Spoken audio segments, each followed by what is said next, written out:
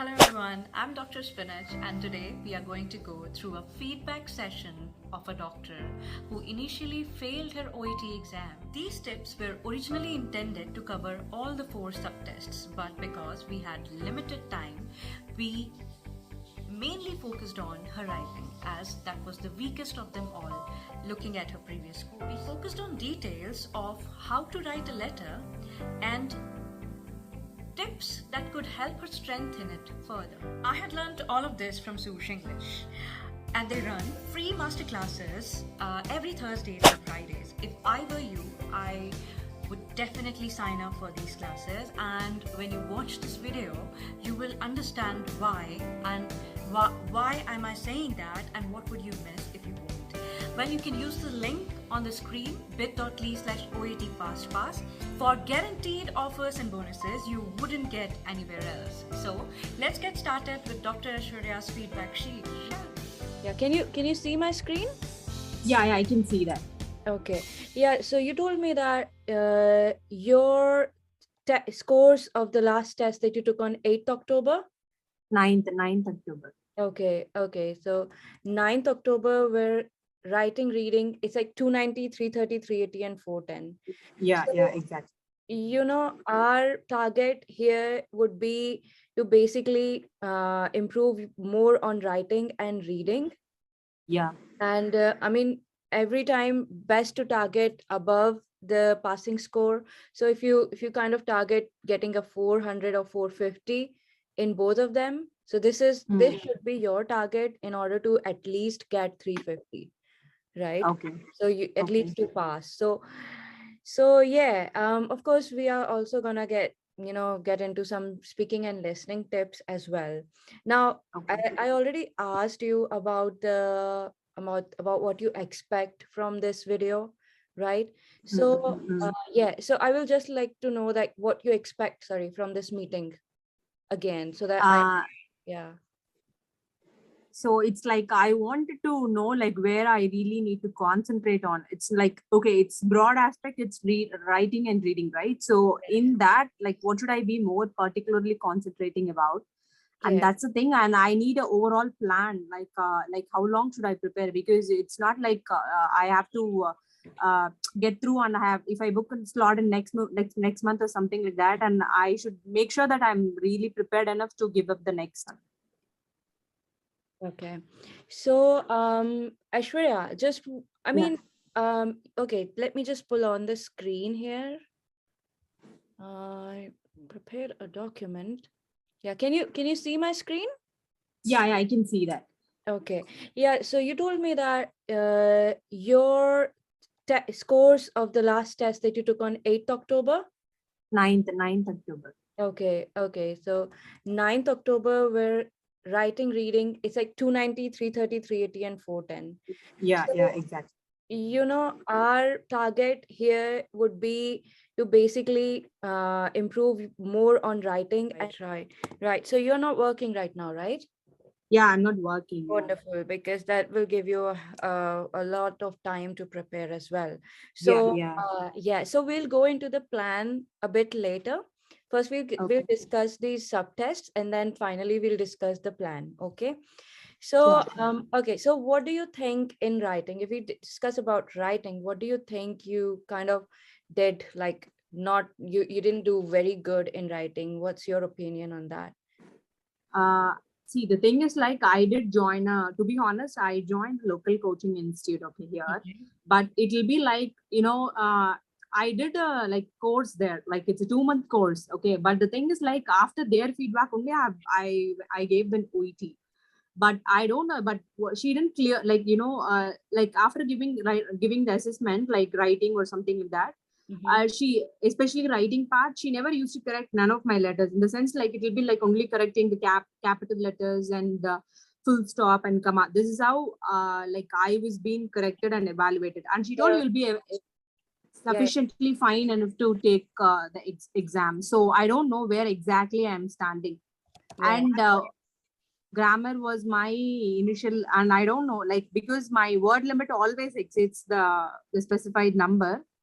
And apart from that, punctuations are my weaker points.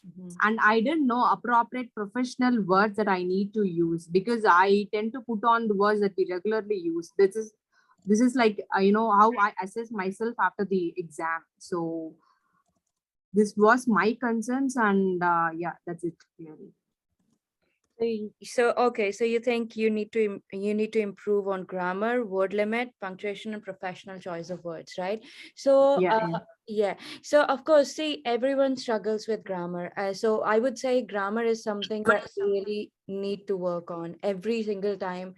And word limit, just a brief, I'm gonna go like in details of all the things that we really need to work on in writing. Okay. So word limit is like, if you practice enough. So in the beginning, what happens is we tend to write longer letters because we really don't know what we need to focus on and what is irrelevant that we need to keep out from the letter, or the way we structure the letter. Are we structuring the letter like the sentences that we form? Are they too big? Is there a way that we can make it a bit more precise, but still, retain the meaning of that, right? So word limit, of course, it's gonna be in the beginning a bit more than what they basically expect from you, but after practice, it's going to be okay. That's what I would say. That's my experience, what happened with me. And then after a lot of practice, I kind of stayed in the word limit that was meant to be. Okay. Okay.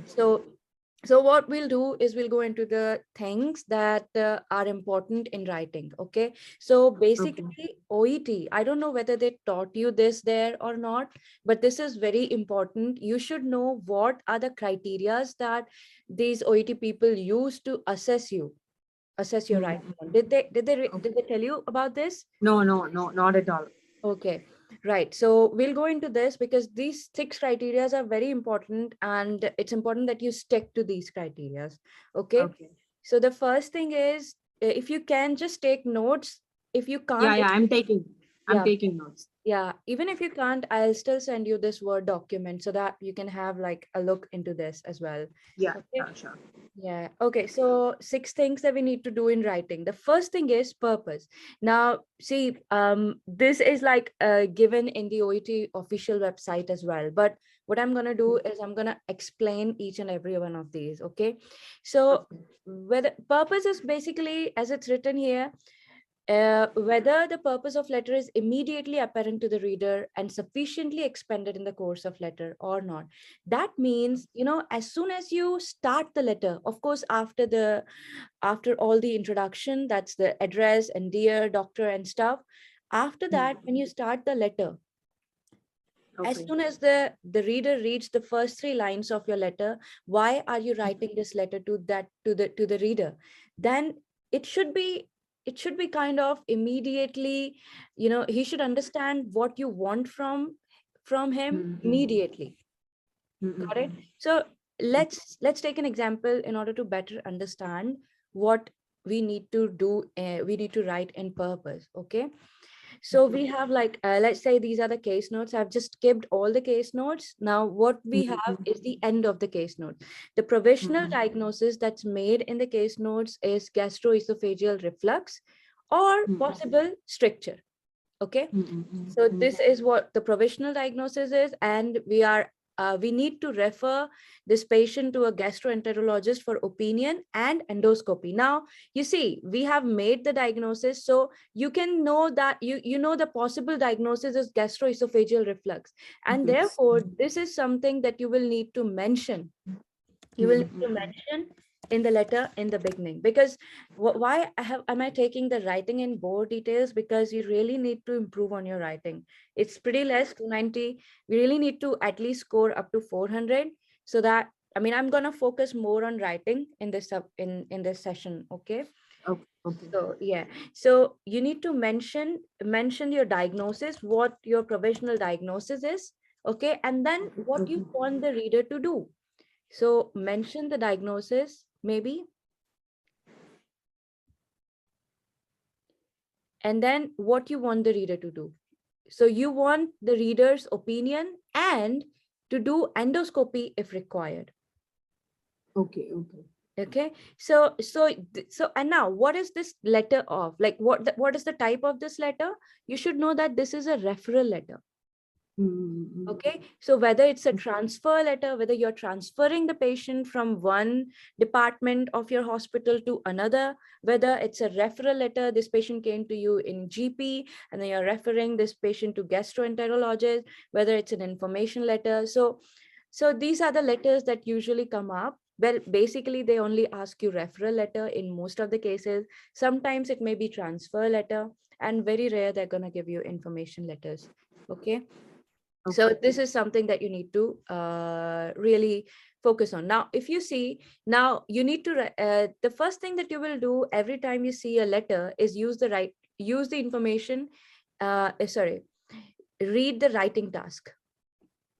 So you see the case notes, then the first thing that you do is read the writing task even before reading the case note. So you know that you're given 5 minutes in the beginning just to read, and then you have 40 minutes to write, right? Yeah. Yeah. So in the first 5 minutes, you're gonna read the complete case notes and writing task. So in the beginning of the first minute, you will first read what you need to do. So using the information in the case notes, write a letter of referral. So you know what's the type of letter, write a letter of referral for further investigation and definitive diagnosis. This is what you want him to do. Okay, Dr. Jason Roberts. Okay, so if you can see, this is an example of how you can begin the letter. So either you can begin with "Thank you for seeing Miss Hall," because what happens is Miss Hall, who is the patient, is going to take this letter to the gastroenterologist. So the gastroenterologist is going to read this letter. So he's going to first read it with "Thank you for seeing Miss Hall."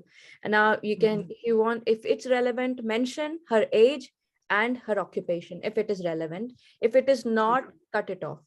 Okay. 45-year-old secondary school teacher. For example, if you're basically, if a person has a lung disease, let's say pneumoconiosis, like so you might have to mention that this person is a coal miner or something. The occupation is important in that case, right?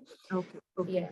Who presented today with a 2-week history of, now you can see, gastroesophageal reflux with possible stricture. That's the provisional diagnosis that you made. Now, why are you referring this patient? This is the immediate, this is like you're immediately giving the information that what you want the reader to do. You think this is a gastroesophageal reflux and you're referring Miss Hall for further investigation and an endoscopy. Okay. Right. So endoscopy will give a definitive diagnosis. So this is what you basically see here. So this gives you the purpose of the letter. Okay. Okay. So this is the purpose. Now you can either begin with "Thank you for seeing Miss Hall," or you can basically write, well, I always use this phrase, "I'm writing to refer Miss Hall," because I find this one easy because we use kind of this phrase in our hospitals as well, like in India. Yeah. So I'm writing to refer Miss Hall. Now you can, just space the same thing, who presented today, who has possible, who I made who has a provisional diagnosis of gastroesophageal reflux. No, the same thing. Okay.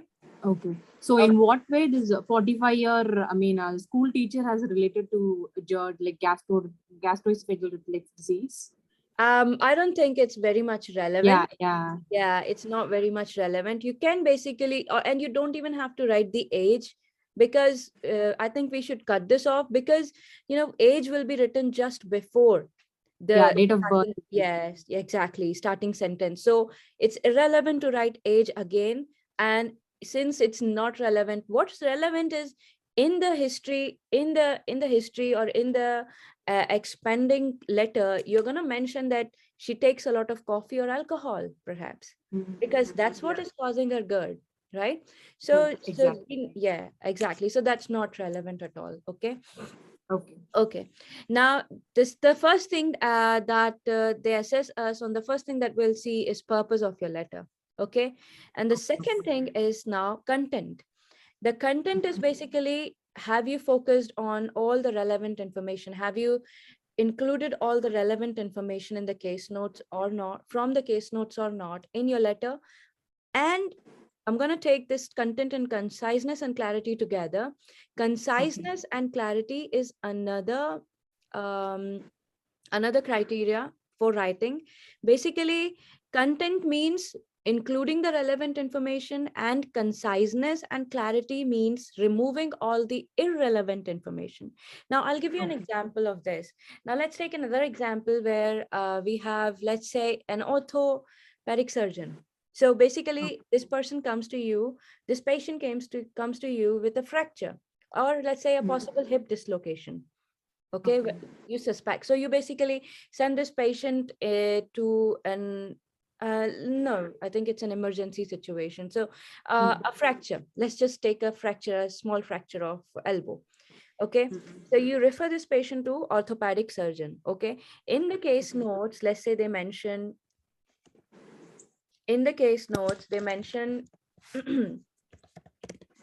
perhaps eczema of the patient. Okay, that's a dermatological condition. Okay, so if you're mentioning a dermatological condition, but it is irrelevant for you to give exactly information to an orthopedic surgeon. So you must know that what information is important for an orthopedic surgeon and what information is not important for him. Similarly, what information is important. So you should know who you are writing to. So for both second and third points, you need to understand who you're writing this letter to. So what kind of physician or what kind of doctor is that you're referring this patient to? And does this doctor needs to know about certain conditions, right? So a doctor, an orthopedic surgeon really doesn't need to know whether her first child delivery was a vaginal one or a cesarean section. So you'll just remove that information, right? Okay. So who you are writing to. Now, why are you writing to him or her? So in order to focus on relevant information, you need to know the reason of writing to him. So basically you're writing because of a fracture.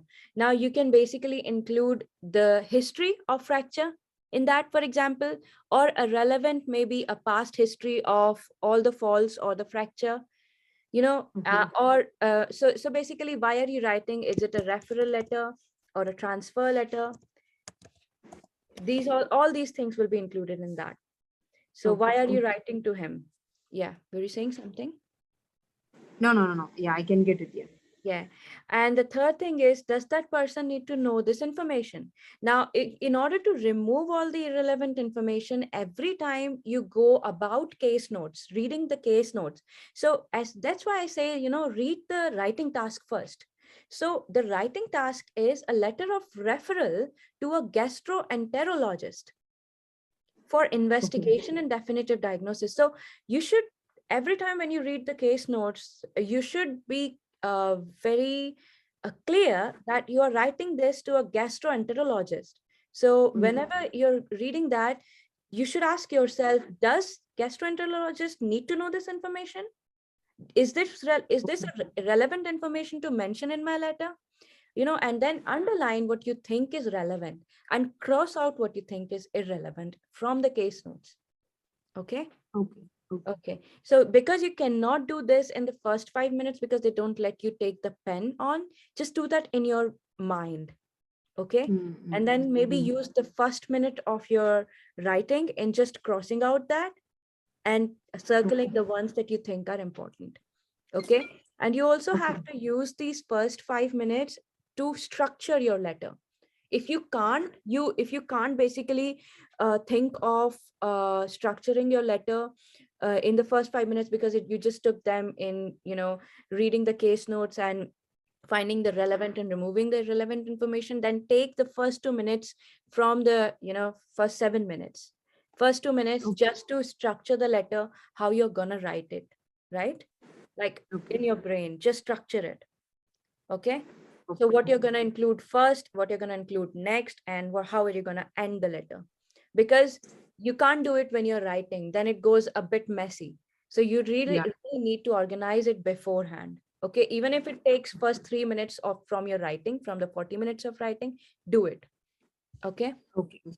Okay, so Then, then draft and then make it as a fair copy, or what do you say? Like, can we scribble in the booklet like yeah, rough yeah, draft, and then we exactly. can come to a draft. Yeah, I would do the same as you. So first 5 minutes we're not given to writing. So I read and organize it in my brain. And as soon as I get to take up the pen from the table, I would just write everything down. Like what am I gonna start with and how I'm gonna, like, I don't write everything down, but just the heading of that. Like what I'm Okay. gonna include in the first para, in the second para, and in the final para, how Okay. I'm Okay. gonna structure it. Okay. Okay. So writing makes it a bit more solidified. So you know Mm-hmm. now, because we are basically under too much of pressure in the exam. So Yeah. Yeah. you don't know, maybe in the next 5 minutes you'll forget what the structure you made in your Yeah. mind. Yeah. Yeah. Yeah. Okay. So the next thing is genre and style. Genre and style is basically whether the register, tone, and use of abbreviations are appropriate for the reader. What's the meaning of register? As you said, the choice of words. And I think, yeah, if you think, then you really need to function on a better on your register, right? Mm-hmm. Yeah. Yeah. So this is what you missed on. Okay. Okay, whatever, just leave it. So now register means what? The choice of words. Are you using enough professional words? Are you selecting the right grammar choices? Are you selecting the right Mm-hmm. expressions in your letter? So you must know if this is a formal letter, how professional you should be, right? So how will Okay. you know Okay. that? You need to read a lot of examples of these letters. So Mm-hmm. if you're not subscribed to any of the providers, then go onto the OET official website, see the sample letters, and see the Okay. choice Okay. of words, how professional are they, what kind of words they use in that. Okay. So we can get this by like reading the all previous, like, the sample letters, right? Yeah, I mean, of course, if they are if sample letters, you should basically focus on. So every time you read a letter, first, let's say you're focusing on choice of words. Let's say you're only focusing Okay. on professional and professional words, like how they're writing it. Then you are going to read it again to see Mm-hmm. whether you have seen like other things. Like maybe you're reading it for seeing the organization and layout. So Okay. Okay. read again and again to understand what is a kind of letter basically that is, like where Okay. you need to improve on, and then compare it with your own letter. Where are you going wrong? Okay. Okay. So Okay. is it necessary to read the Furtherland or Futureland, some book they told me to go through for writing session? Is it necessary to read, or because it has a huge number of pages? I don't know. Well, I can really complete it or what? So what would you recommend to do? Now I don't think you need to read a lot. Okay. Okay. I don't know about the future land, but I really don't know where you can get the sample letters. You can get it from Okay. OPT official website. Letters from the official OET. I think it is posted in some of the group. Oh, I was able to get like go through it. I have that 50 letters. I think that's the one that you're talking about. okay, 15. I don't know. I thought that there are just three or four 50. sample. 50. Yeah, yeah, Oh, 50. yeah, I didn't know they provided 50 letters. yeah, Okay, yeah, if it's really, because I can't guarantee the source that you're using is correct or not. So if you're yeah, yeah. using Maybe, maybe. OET, yeah, OET official website, then that source is perfect for you to use. I only know that there are 3 or 4 sample letters in there, which are not enough. Okay, okay, Yeah, but you should read it after you've written your own letter so that you know where you need to improve on. okay, okay, Okay. Okay. So the other thing is tone. That's, you need to be polite and professional. So polite, okay, let's take example of being polite means when you are asking, of course it's their duty, but you should ask them politely. How, like, I would really appreciate, not really, don't put really there. I would appreciate if you could look into Miss Hall's condition or situation and perhaps do further investigations or diagnosis for a definitive diagnosis. So, using the correct choice of words, being polite to the reader is important. And of course, are you professional or not, as you mentioned? So, yeah. Okay. Okay. The other thing is abbreviation. Now, tone and abbreviation.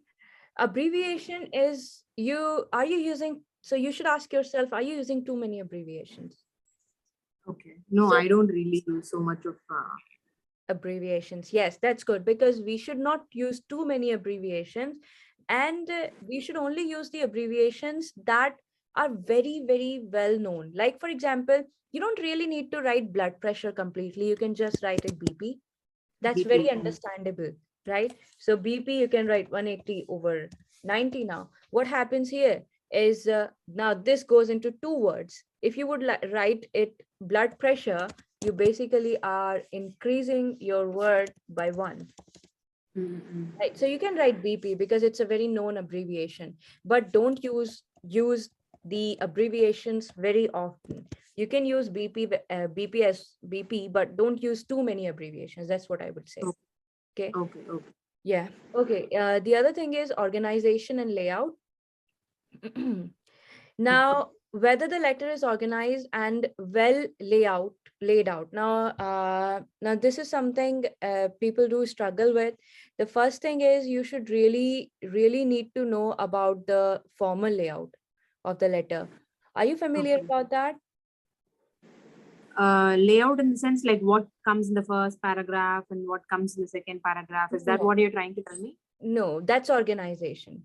That's organization. Okay. Layout means you should know like what comes in the beginning, like dear, like the address, the name, and the Oh, address. okay. Okay. Yeah. I'm aware about it. Like what do you end with and what do you start with? That's what you're trying to Exactly. tell me. Then there is like Okay. read statement with patient and date of birth, and then we start with dear Dr. Wilhelm, let's say, right? So Okay. that's Okay. layout. Layout you're very familiar with, right? So Yeah. the Yeah. other thing is organization.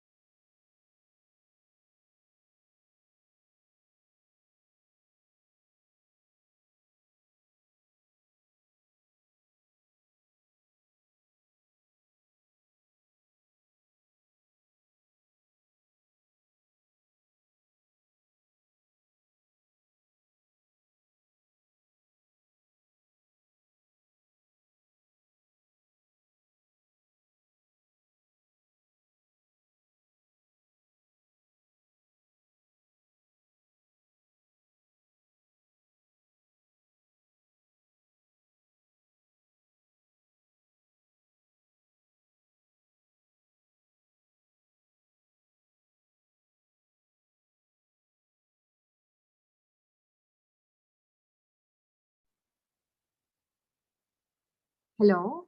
Sorry, Palak. Can you hear me? Yep, I can hear you. That's Yeah, okay. yeah. Sorry, it was an important call. That's why I wasn't like able to cut the call. Sorry, really sorry. Yeah, that's fine. Yeah, so we can, begin from where we left. So we were on layout, you know the layout already. So a formal layout is important. The other thing is organization. Now, this is where the structure comes in.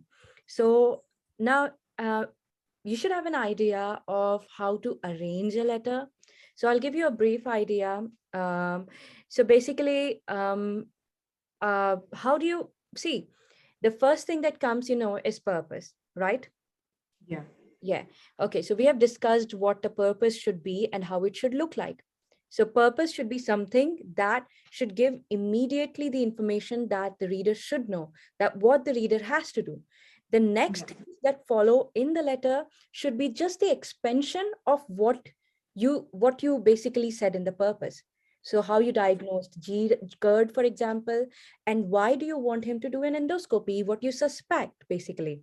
Okay. Yeah, yeah. So all the information is given in the next paragraphs. Now, basically, how you can structure those paragraphs is the first thing. The important thing is the setting. So if you see the setting is like an emergency setting, let's say a person comes with a hip dislocation or an MI, where I don't know, where you want the patient to be sent to a hospital, for example, then after the purpose, the first thing that should come is the presenting problem of the patient. Okay.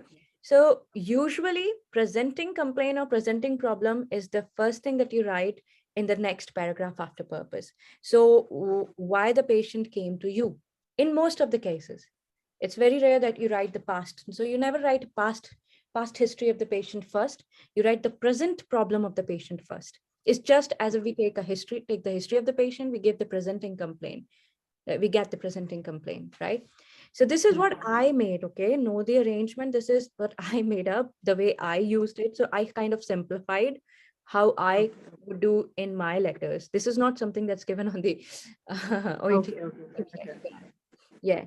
Then what you need to do is when you first gave the presenting complaint, in the next paragraph you can give all the relevant information of that presenting complaint.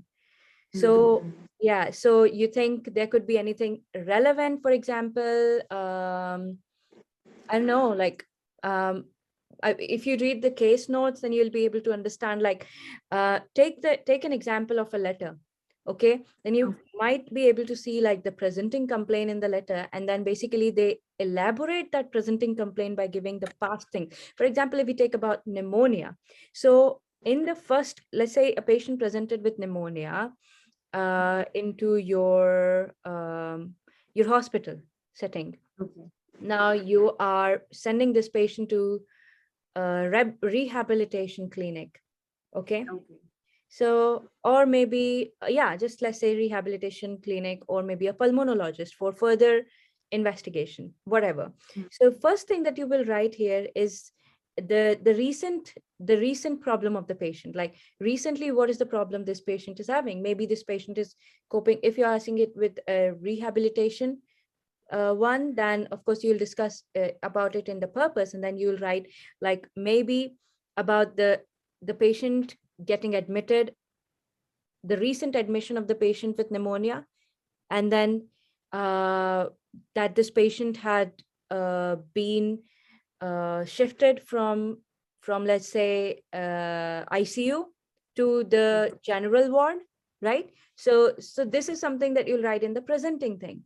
Now all the relevant information that you did to this patient when this patient was in ICU.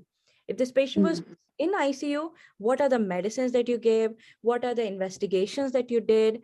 So that's what you will write. For example, a chest X-ray or a CT was done. This was the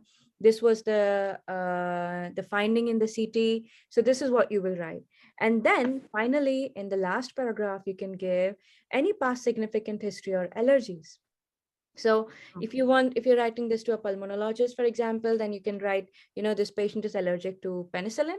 if this patient is, so that he knows that he shouldn't prescribe any meds with the penicillin.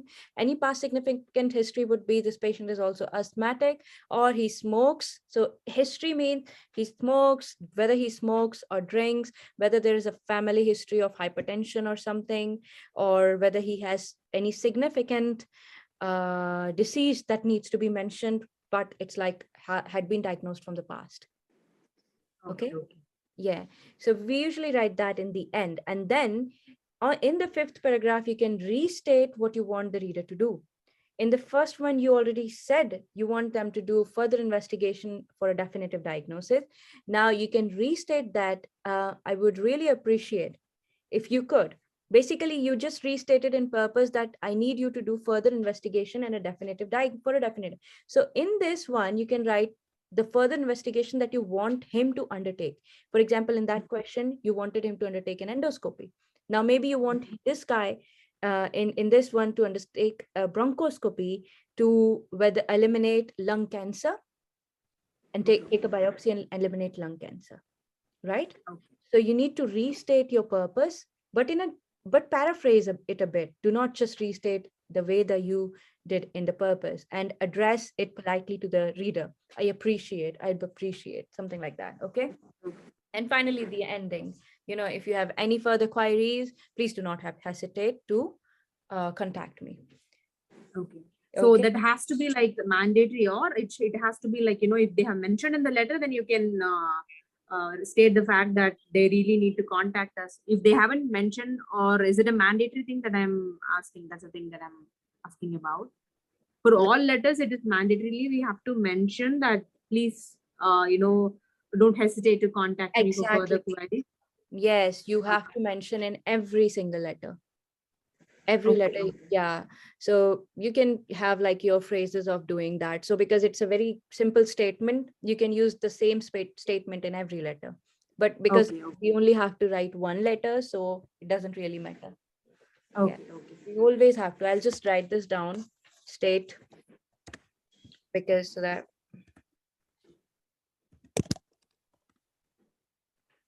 was there. Please don't hesitate to contact me. For further queries. Yeah. And what about the drug history? Like, on 9th October, when I took the exam, it was a referral to a pain clinic. Okay. So the thing is like the patient is a bit reluctant to come to the patient is a widower, and she's taken care of by her daughter who lives nearby. And she's having basically her problem is like she's having a lot of pain. They don't know what really causes the pain, and she's on a lot of painkillers and opioids. So basically GP is referring her to pain clinic, and they gave a huge list of drugs. I really don't know, because in some criteria they have mentioned, I mean, the institute which I went, they told me to mention the drug list. I wasn't sure, because they have given a huge drug list, literally like 8 to 10 drugs. So I did mention, maybe that's the reason that pulled my marks down, or I really don't know. So that's the thing I want to have a word with you about. So you were referring the patient to a pain clinic. Yeah, exactly. And there were like a huge number of drugs that were mentioned already. Yeah. I think pain clinic means you're basically referring it to palliative care, her to palliative care. Pain clinic, in the sense, I think it's to anesthesiologist. I guess because they haven't mentioned anything like palliative. They just gave me a referral to a pain clinic because she is taking a lot of drugs and opioids, because opioids are so much prone for respiratory depression and so on, right? So they didn't mention anything palliative. They just mentioned it as a pain clinic. I suppose it to be an anesthesiologist, because here we say pain clinic is for anesthesia and so on. So I don't know. So, but I did mention that the whole 10 drugs in my letter. Maybe that's a reason that pulled my marks down. I did write for 1.5 page. The one side of my entire thing was filled, and one side, and the next side only I was able to, in my letters, dear doctor, thanks and regards and all those things. Yeah. So I think we need to be really sure about what pain clinic is now. Yeah, so I think no, you were right in mentioning the drugs, because if someone is gonna manipulate the drugs, they should know that what are the drugs this person is taking, and even if they are not painkillers, they should still know what are the drugs they're taking, because it can have interactions. So drug Yeah. interactions.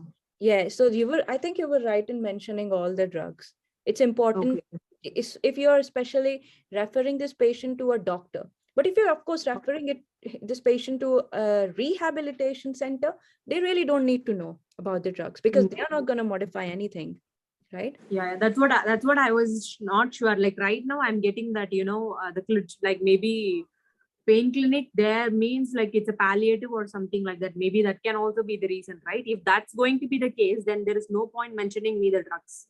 Yeah. But I think you were right in mentioning it, because from my what I think pain clinic is basically they will modify the doses of the drugs that you're taking, and in order to do that, they should also know if you're taking other drugs that are not painkillers. Yeah, But yeah, the we thing cannot is to exclude, go right? with Like which a good coaching. I don't coach OET honestly, and because I don't have enough time for coaching OET. So, but I okay, I did subscribe to Sush English. So okay, whatever like I learned from Sush, basically, I kind of I'm implementing that as well in the live classes. I remember that they taught us some things that are important as well. So live classes in the sense like it will be an hour session, like where a lot of group of people will come and attend, and you will take a note. Is that right? Yeah, I mean, yeah, they teach you and then they make you practice during the live classes, Okay, and then also start attending the live classes where they basically teach everything. Yeah. okay, okay. Yeah. Anyways, so let's start with improving your writing. So the first thing is, since you've already taken it, that's well and good, very well. Get feedbacks. Okay, okay. Okay, it's important to get feedbacks, and once you get feedbacks, my writing pro tip would be, because I would do this a lot, is that note down your mistakes every time you make one. So whenever you get the feedback, basically they give you feedback, like they'll tell you like what went wrong, where is the grammar mistake, where the articles should come, and maybe you could rephrase this, and maybe this is an irrelevant information. So there are a lot of things that they tell you in the writing letter feedback. So what you should Okay. do is you should note down every time you send the letter. How many letter corrections do you have? In E2, I think it's three letters, I guess. Three or four. Okay, pretty less. I mean, get 5 more at least. So I mean, Okay. I would usually suggest at least 10 feedbacks, 5 to 10. Okay, so Okay. just get 5 more, or yeah. And so whenever you get like the writing feedback, 3 to 4 is okay for now. If you keep on getting B in 3 to 4, it's okay, but save the last 1 or 2 letters, because it's very less. So save Yeah, just yeah. 1 or 2 letters for what, for your final assessment, yeah, in the final week.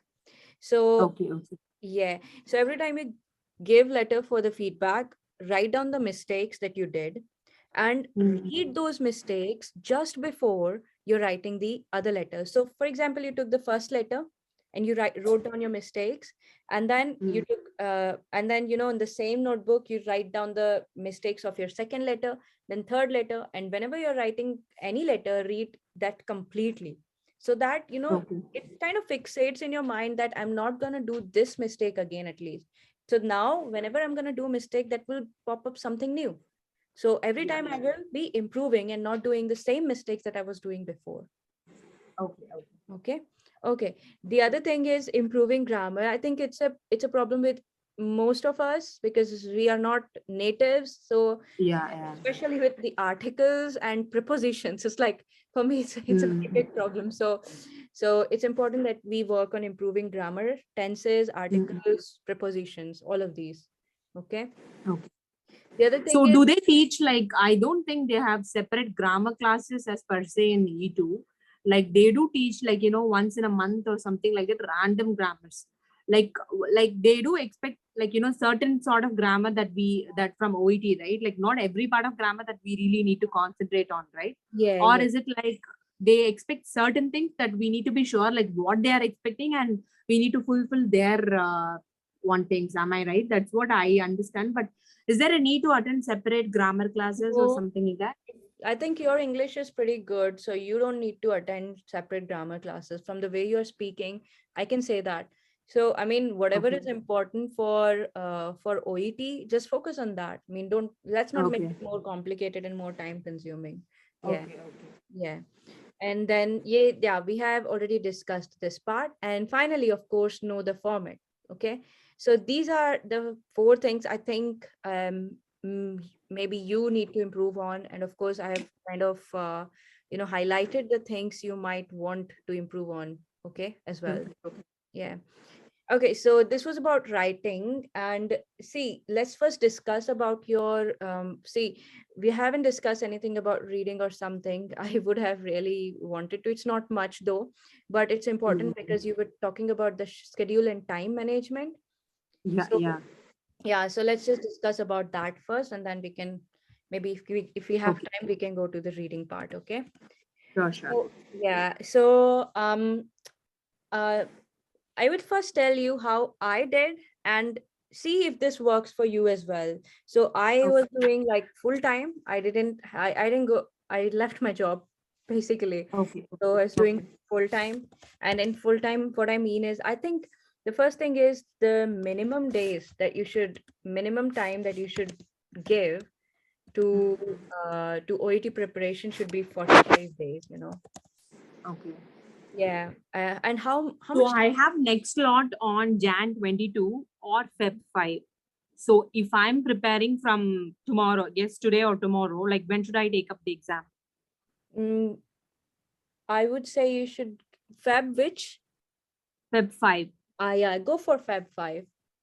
Okay, okay. That Yeah, would be better, right? yeah, that'd be better. Kind of, of course, you have. Because no, because when I take exam on Feb 5, Mhm. I would get a result after 20 days, 20 working days, right? So, and the plab and sludge and all these things are bigger issue. Like, you know, a bang there, people are banging their heads on the walls, like not getting seats and all those things. Oh my All those things God. are going on. Yeah, So, yeah. and I don't know, like they're saying like get it done with the OET as soon as possible. Only then there will be at least you can apply.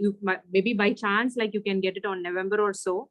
Mhm. So and the thing is like GMC has opened like all of a sudden for all these slots, like all the months. Yeah, I Usually was like like, they take breaks. yeah, I was like surprised why they Yeah, opened yeah, in September. But I mean, it was surprising because you usually will open or some first 2 months slots in September or November, and then in February yeah. they will open for the rest of the time, like in the August and November slots are open Mm, mm, in February or March, whatever. So it's like mm. it's a bit surprising. Anyways, so yeah, so I what I would suggest is you know that you have already spent a lot of money and time in Yeah, yeah, in exactly. OPT.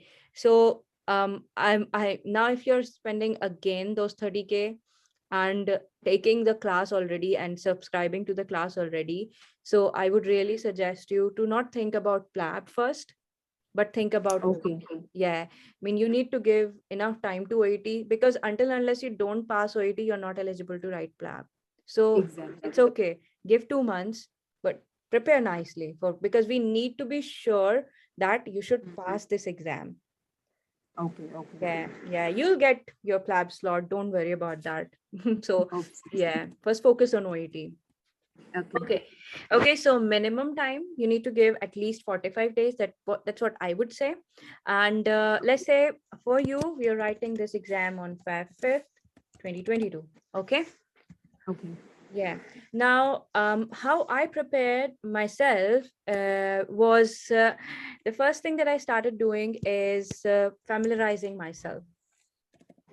So first thing that you should do is basically you have the recorded videos, right? So Yeah. watch the recorded videos, go through OET official website. Okay. Yeah. So see what they have to offer there, because it's very good. OET official website and recorded videos. So first, so you need to familiarize yourself with the type of questions they ask you and the number of questions, what are the questions. So familiarize yourself completely with the exam. That's important. Just like what we do for NEET PG, or maybe if you're giving PLAB, we have 180 questions, there are no negative marks, and the questions are divided into this like parts, like what is the more weightage and what you need to focus on more. Just like that, go through all the subtests, how many questions, the parts they are divided, and how should you basically approach these things. Okay, so go through the recorded videos, go through OET official website. There is so much they offer you, really, and familiarize yourself. Okay. Okay. Okay. Yeah. So this you can do for like 15 days, first 15 days. Try to complete Okay. all the recorded videos and go through websites and familiarizing for the first 15 days. Okay. Okay. So now the next thing that you should do is basically, now let's say you have like 1 month left. Okay. If you have like 1 month left, now you should start a bit being bit more serious. Now, if you ask, like, I don't really quantify time, but if you ask me, you should at least give 4 hours a day for the first 15 days in order for you to Okay. get done everything done with all of these things. Okay. Okay. Okay. So now here in the second one, I would say, like, you have like 1 month left, for example. Now, in 1 month left, when there is 1 month left, forget my exclamation. Okay. Okay. No problem. No issues.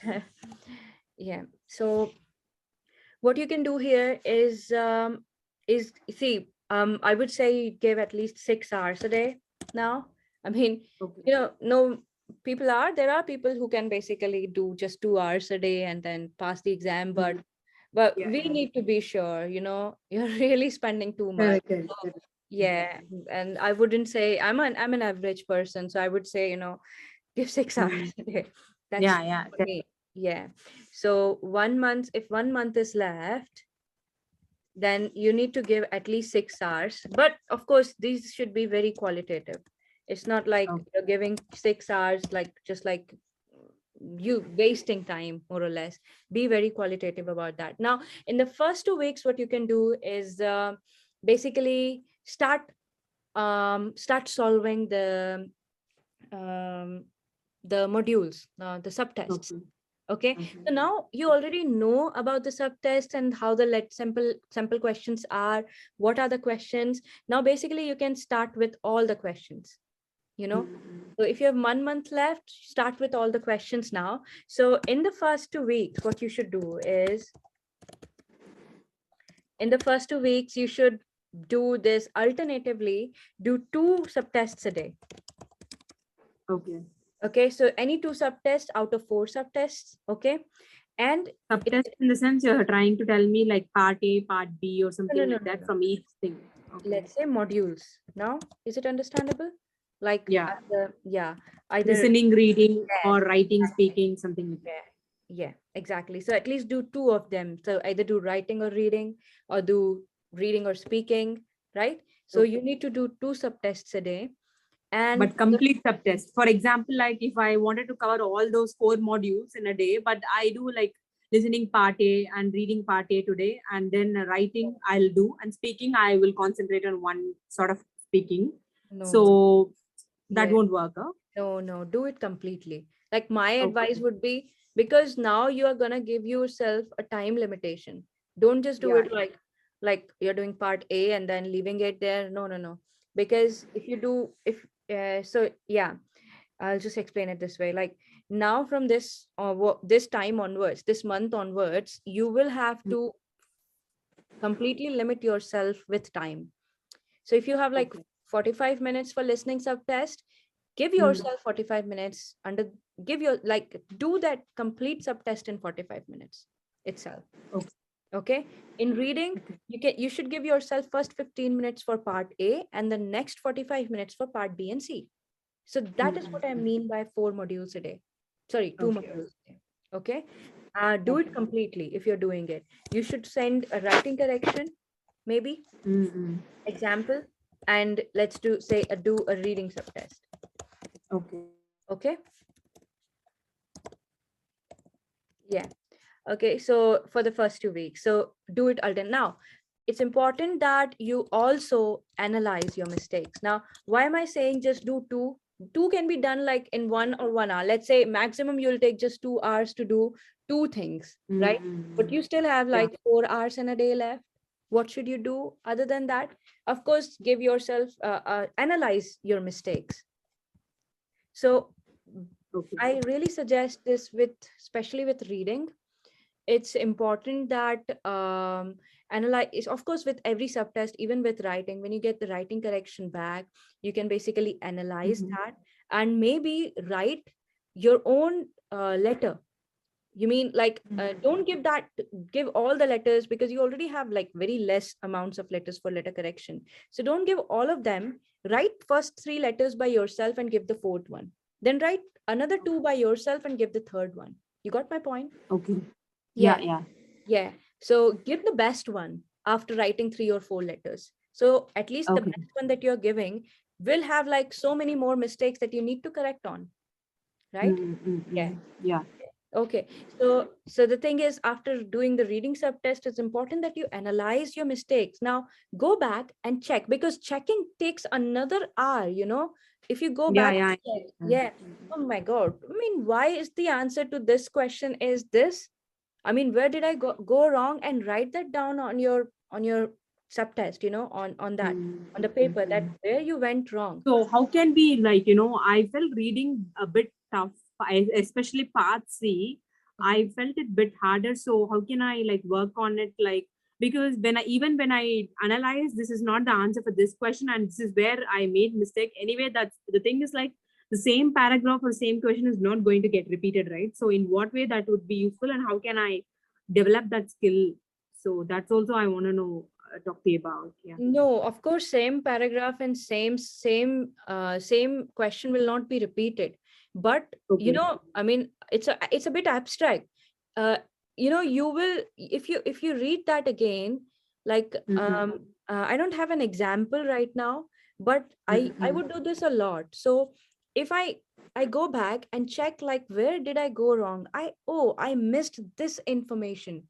Okay, I Okay. think I didn't understand the meaning of this word. And that's why I Mhm. thought that this is not the right answer. I checked. Okay. Okay. So basically try to think in the way that can apply to other texts as well. Okay. Yeah. So that's how you will analyze. Okay. So it's not like it's the minimum 2 modules a day. If you have time, go for 3, go for 4. Practice. Okay. Okay. That's important. In the last 2 weeks, start with mocks. Okay. Well, I would Okay. usually do mocks like, in the last week, it will be very serious mocks, but start with mocks in the last 2 weeks. Give yourself like time frame of 3 hours, or Mm-hmm. mocks means like solve all four modules. Okay. Like it doesn't matter, like if you're sitting in like for the first 3 hours or not. So solve all 4 modules. This will be in the third week, let's say, of the last month. Okay. Okay. Yeah. And finally, in the fourth week, I would say that's what I did. In the fourth week, I solved mocks, but under exam conditions. Okay. Yeah. That means I'll sit for like 3 hours straight without toilet breaks, Okay. Okay. Okay. Okay. right? So remember, in the last week, you should give yourself good exam conditions, okay, without any toilet breaks. So this is important, so that you now are like familiarized with everything. You are kind of like completely prepared now, and now Mm-mm. finally go to the exam day. I would say all prepared, and I just wanted to give this extra tip to. I really want to give this tip to everyone who is writing OET is, do not study anything after 3 or 4 p.m. Um, Mm-mm. of the exam, if your exam is on the next day, on day Okay. before your exam. So please do not, it's like No, it's like cramming up everything. Give yourself a break. Give your mind time to relax, freshen up, go and meet your friends, take a massage if you like. So, yeah, I mean, whatever. So just relax, because it's important. Never read before exam. Any exam, it's not just OET. And take a good 6 hours sleep, 5 hours sleep, whatever you like, and go all fresh on the exam day. And that's it. Like, it's important to understand when you're writing the exam multiple times, because I know if you're writing the exam 2 or 3 times, it happens is you have a lot of pressure on your head. Yeah, Yeah. exactly. I mean, what if I fail again? I mean, the time and the money that is lost, it's like it's really too much. So, but don't really don't get completely entangled in that, because that's not good. That's like your emotions are overpowering on you, and that's really not good. If you think in that way, instead think it this way. Whatever will happen. I prepared myself very well, and I know I will do very well. So whatever happens, it will be for my own good. That's what how I like to think, because it makes things easier for me. So even if it doesn't happen, I know that I have a better path ahead that's paved for me. Yeah. So it kind of calms you down, calms. It's like, no, it's not the end of the world, honestly, if you don't pass Yeah. this exam. So be calm, and you will do your best if you are in that state of mind. Okay. So don't Sure. pressurize yourself. Yeah. So yeah, that is it. So yeah, so this is the So schedule. how can I develop the reading, like, the skill of reading? Should I like, read a paragraph every day, something like that, for Yeah, listening as yeah, well? definitely read an article. I'll just give you like this one. There is this, go to this link. I would read this nature briefing. So it's a naturebriefing.com. This is a website where you basically get like a lot of articles. So select some medical articles from there. So Okay. yeah, and then read and go through them. These are research articles basically. So just read them very fast. Give yourself like 8 minutes or 5 minutes time, and try to read them. Use those 5 or 8 minutes every day, because this will improve your reading. For listening, go for some podcasts, especially some medical podcasts. Or well, I wouldn't do many medical podcasts, but I would love to listen to ABC, All in the Mind. That's my favorite one. I listen to it even now. But you should go with BBC as well to get yourself familiar with the British accent. ABC, an Australian accent. Go get yourself familiar with some American accent. So, you know, So so like the listening is for half an hour, right? Podcast to listen for half an hour, yeah, and the nature briefing is for 15 minutes. yeah, exactly. Give yourself at least 15 minutes a day to read the articles. Try to read them fast. So, Okay. yeah, and understand them. This will increase your focus as well. So this is going to increase your focus if you practice reading fast, and along with that comprehension, connect the same thing. Yeah. Yeah, that's it. I hope Yeah, this okay. was useful, dear. Yeah. So much useful, yeah. Because I tend to get like, at least I need to know like where I understand like where I am wrong and where I need to really concentrate on, rather than Yeah. looking into something which isn't like much useful for me. I felt it is much useful. Right. So you can maybe start with the language preparation as well. And Yeah. I'll send this document to you. This will be of help to you. Thank you so So, much yeah. for watching this video until the end. Well, now do not keep looking at my face while I'm speaking. Go to the description section and you will find 2 links there.